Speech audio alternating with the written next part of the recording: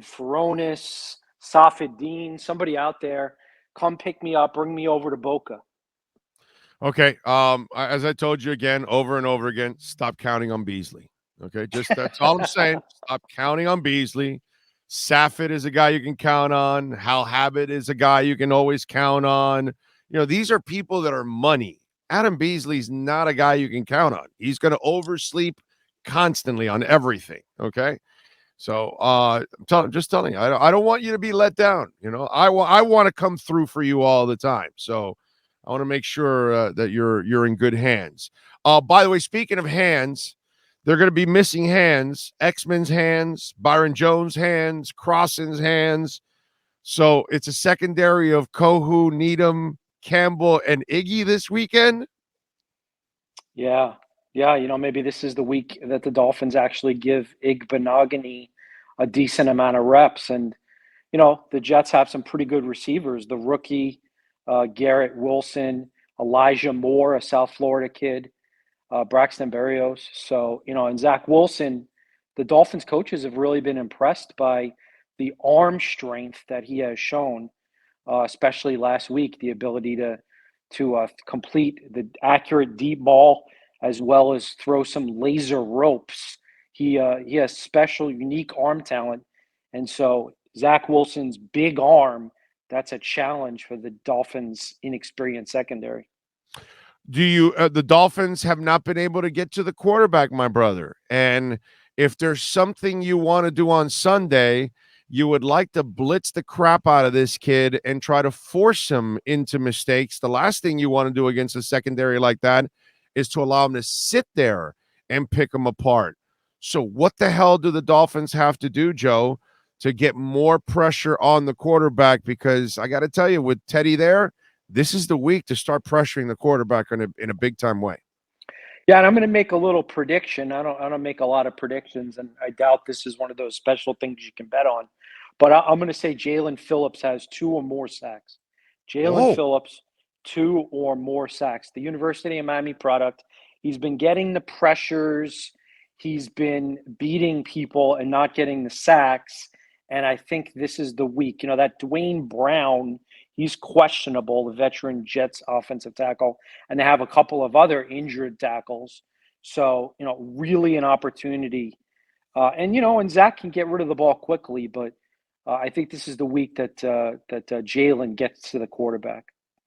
I keep saying we got to bring a group of MILFs as cheerleaders right next to the Dolphins bench there, and then replacement style, and then that'll keep Zach kind of busy, and that I'm just saying, bro. Let's force him into some kind of mistakes.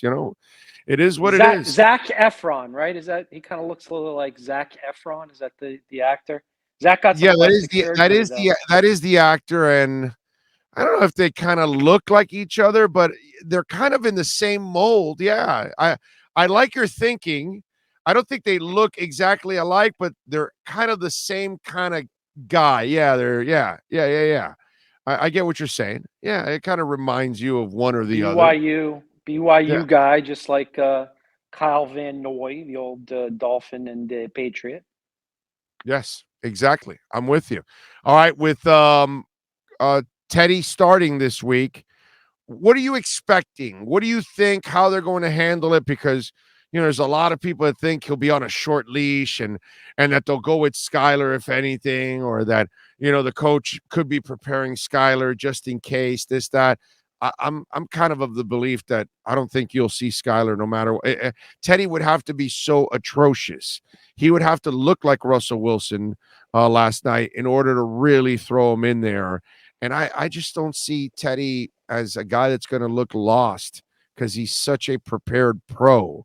You know what I mean? So how are you viewing how you think McDaniel's going to handle the quarterback situation? It's hard to know because McDaniel is a first-year head coach, and until he's put into certain situations, you don't know. Certainly, if the Dolphins are trailing 17-3, which would be quite unexpected, but if they were trailing 17-3 and we're a few minutes into the fourth quarter, yeah, maybe throw in Skylar for a spark. But it's kind of disappointing to me that a decent majority of the Dolphins fan base doesn't want to give Teddy a chance. You know, he's been a solid NFL quarterback, and at worst, one of the best backup quarterbacks now in the NFL for years. And this is a guy who, you know, is top 12 in completion percentage and passer rating, you know, career and last year. So this is a competent quarterback. This guy is not a stiff. He, you know, knows how to read defenses. He has poise and composure. He's fairly accurate. You know, he's actually somewhat similar to a right-handed Teddy Tua Tagovailoa. Yeah, imagine Teddy Tua Tagovailoa. You get what I'm saying. So I think Yes. he'll do fine. And I wrote a story that I'm very excited about. It's on the Palm Beach Post Sports website right now. I spoke to Uncle Luther Campbell, the legendary rapper, as well as Miami area youth and high school football coach, about what Teddy Bridgewater means to Miami and Liberty City and Bunch Park and Miami Gardens and Opelika and all those areas. And I haven't spent a lot of time in those communities, but guys who have and who know him well, like his former high school coach Billy Roll and his former offensive coordinator and quarterbacks coach Chris Perkins, not to be confused with the Sun Sentinels Chris Perkins, they explained it to me. You know, they explained it to me what it's like. Luther Campbell told me a crazy story. He said, I don't know if you got time for this, but he said the first time he saw Teddy Bridgewater play in a youth league game, there was a shootout. And I said, wait, do you mean like a high school? He goes, no, a literal shootout with gunfire. I go, well, what happened? He goes, well, the gunfire stopped and they resumed the game. I said, what? He goes, Right. yeah, Teddy started throwing deep passes and totally unbothered by what had just occurred. He's like, that's how I knew this. Nothing bothers this kid. He's very poised. But have you ever been to any of those like Miami-Dade youth football games? Or I'd like to check it out. I've never been down there.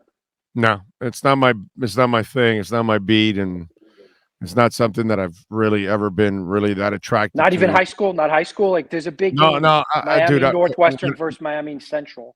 When I was young, you know, Okay. really, really young, yeah. But nowadays, it's not. I don't have a high school segment. I don't really follow. I follow the other stuff so heavily. I just don't have time to follow, you know, high school. But I do Yeah. want to ask you this because, um, you know, one of the things next time Tua has his press conference, I want to ask him about certain things. And you know, we did the homework on this, Joe. And when he blew out his first ankle, it was at the 3.89 second mark. When he blew out his second ankle, it was at the 4.55 second mark. When he blew out his hip, it was in the 5 second mark. When he got slammed here on Thursday, it was in the 5 second mark. So we found this video of a very young Tua. I want you to see. We're going to play it for you. It's 1 minute cut. And this Honolulu reporter is asking him about taking hits as a quarterback and his father's reaction. Now, remember, as you know, Joe, family is all to this young man, and he's got an incredible bond with his family and respect for his dad. So listen to how he talks about his dad. Listen to this 1 minute, and then think about what has not changed in 7, 8 years since this video. Go ahead, Sean. He's probably like the middle of the road where he's hard on you guys, but he backs off when He's it's necessary. understanding. He seems like that. He's understanding. But I don't know. I don't live No, in the he house. is. He's understanding, but he's very, very strict with a lot of things. But he's very understanding. That's what I love so much about my dad. You know, whether I do something bad, as long as I make him understand as to why, you know, I kind of did it. Like, I mean, running the ball, and if I hit somebody, oh my gosh. When I get in the car, oh, you don't hear the end of it. My dad gets so mad at me. Mm-hmm. I tell him, you know, I don't know how to slide. You know, he tells me to practice sliding. And I tell him, okay. And then the next time I do it again, oh gosh, that's when I get disciplined. Yeah. It's Well, like, oh, Michael Vick learned to slide. Yeah, I mean, he ran a 4.3 or 4.2. So okay, 4.2, I think. Yeah, But he's All right, he we was don't never need to hear the rest because the big. rest is silliness from the reporter. But anyway, we found this video. Somebody sent it to me, and Joe, I found it disturbing because your dad, who you love, you honor, he's taught you everything. He clearly has ripped into your ass about taking hits, and yet 7 years later, dude, ankles, hips, concussion, he doesn't stop. And so I'm a little concerned now that this warrior mentality of his listen, man, Andrew Luck walked away from football because he took a beating. Everybody will walk away from this game. Lots of players have been retiring as of the last few years. Tons, young players. It's a brutal game. When you see that video and now you see the history and how he continues to get injured and hold on to the ball, tell me that I should not be concerned about this. No, I mean, obviously, injury is always going to be a concern for Tua Tagovailoa, and Not you the know, injury. It's not the injury that I'm concerned about. The injuries come with the hits. I'm concerned that he does not learn, Joe. That's the part I'm concerned about. He refuses to get rid of the football. And if you do that, Andrew Luck was twice your size, dude. I know how this is going to end. So that's my point. It's not so much the injuries. That comes with the hits. That comes with every player. They all take hits. They're all going to suffer injuries. You saw Hijinks yesterday. He got rocked, dude. That's how this game is. So you're going to get rocked no matter what. But do you want to continue to take the extra hits that you don't need to take is my point. That's my concern. well, I watched some of that terrible game last night between the Colts and the Broncos, and the Colts offensive line was having a hard time. A lot of NFL offensive lines have a hard time, especially when they start to encounter injuries. I think the Colts had a rookie in there that was getting abused a little bit. But at a certain point, Matt Ryan was like, "Look, I need to just take a few hits, move around in the pocket, keep my eyes downfield, extend plays. Otherwise, we're not going to be able to move the ball at all here." So, I guess, there are going to be spots that Tua is going to have to pick. We have long celebrated quarterbacks who, quote unquote, stand in there when they know they're about to take a hit. We say that that's an example of fearlessness and moxie and confidence and leadership. So it is a balance. Yes, you want to avoid hits. I don't Yes, mind you want. the third down that he gets hit, that he completes, and then Milano takes the dirty hit. That's what you're talking about, Joe. That was a great completion on his part. Go look at that play. That's a hell of a throw. He's off balance, which is not really his kind of throw because he's not a big arm guy. And he completes the pass, and then Milano has the dirty shove. I'm with you on that. Those are going to happen. And you got to live with those. You don't have to live with the other ones that are 5 seconds long, Joe. You got to get By rid the of the way, football. You got to by get the rid way, of it. out at Dolphins camp, Mike McDaniel saying that Xavier Howard and Teron Armstead aren't going to be ruled out, even though they aren't practicing this week. We know that Armstead can play without practicing, and he certainly has played through that toe injury. But with two groins, it's hard for me to imagine Oh, he that not playing. Xavier's going to go out there.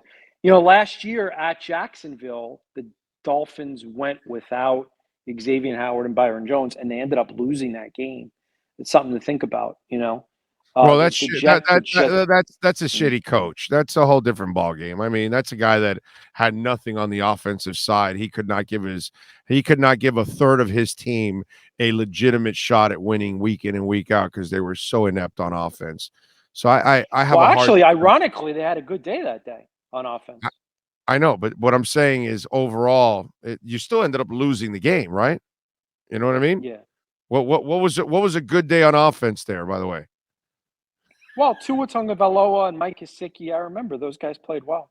But did they really put up big numbers? Because I don't remember them putting up big numbers against Stanky Fingers. Did they? We can look it up. Dolphins, Jaguars. I remember coming out of that game saying that we were encouraged by some things that Tua Tagovailoa did. Okay. All right. But But I don't, offensively, I don't really look at like that team really had much of a shot with that coach because I thought they were behind the 8 ball there. All right. Tua had 329 yards and 2 touchdowns in that game. Damn. Wow. Yeah. Miracles of God there. And Gesicki had 115, and it's a little weird. Miracles to have success with that clown there. But I mean, he overcame a lot with that dude. Did we lose Joe? Yeah, he popped off. I'll get him back up as soon as he gets back in. Okay. All right, so we'll get him on. Dolphins are mammals which biologically have large brains. Okay. Yep. Orcas prey on sharks, including great whites. I don't know. Great conversations there. They got video of juvenile dolphins passing around a pufferfish to get high. There you go. That's good. Are you there, Joe? Okay. Yeah, I got disconnected for a minute. I was just saying that, I didn't love John Embry's comment, the tight end coach, about them getting what they need from Gesicki when he's averaging 17 yards per game. I don't get it. I think clearly he's just not a fit. So go ahead and trade him. Yeah, that's what I've said from the get-go, why they tagged him, that they were going to experiment, and if the experiment doesn't work, then they will try to trade him to try to get a pick out of it, because, Joe, as you know, maybe they can trade him for a higher pick than what they're going to get in the compensatory round. So they, maybe that's what they want to work, and I don't blame them.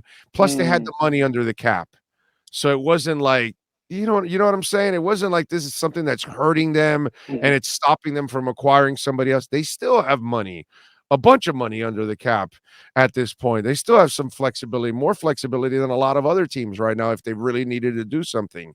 So it really didn't get in the way. So I kind of understand the method behind the madness. It's not their fault. It's a new system. It's not Gesicki's fault. It's a new system. So now, unfortunately, as you know, not every player fits every system. And that's the part that sucks when you change. Yeah, I mean, they could have used him as a slot receiver if they didn't get, Tyreek Hill. They could have used him as a slot receiver if they didn't get Cedric Wilson. Cedric Wilson and Mike Gesicki are two guys who, once Tyreek Hill came on board, their usage was just going to be minimized. By the way, Tua Tagovailoa not traveling to New York, no indication of a setback, just no reason to put him on a plane if not necessary.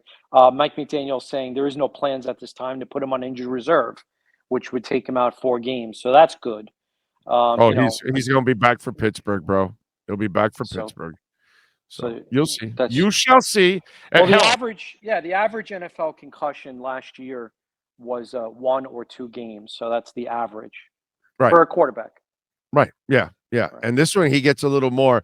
I bet you, Joe, he could play next week if he really wanted to, because what you're hearing this week, that he's in the building and helping out in meetings and all that stuff, and all the tests come back clean. And, the screwed up part about this whole thing, Joe, we're all different human beings.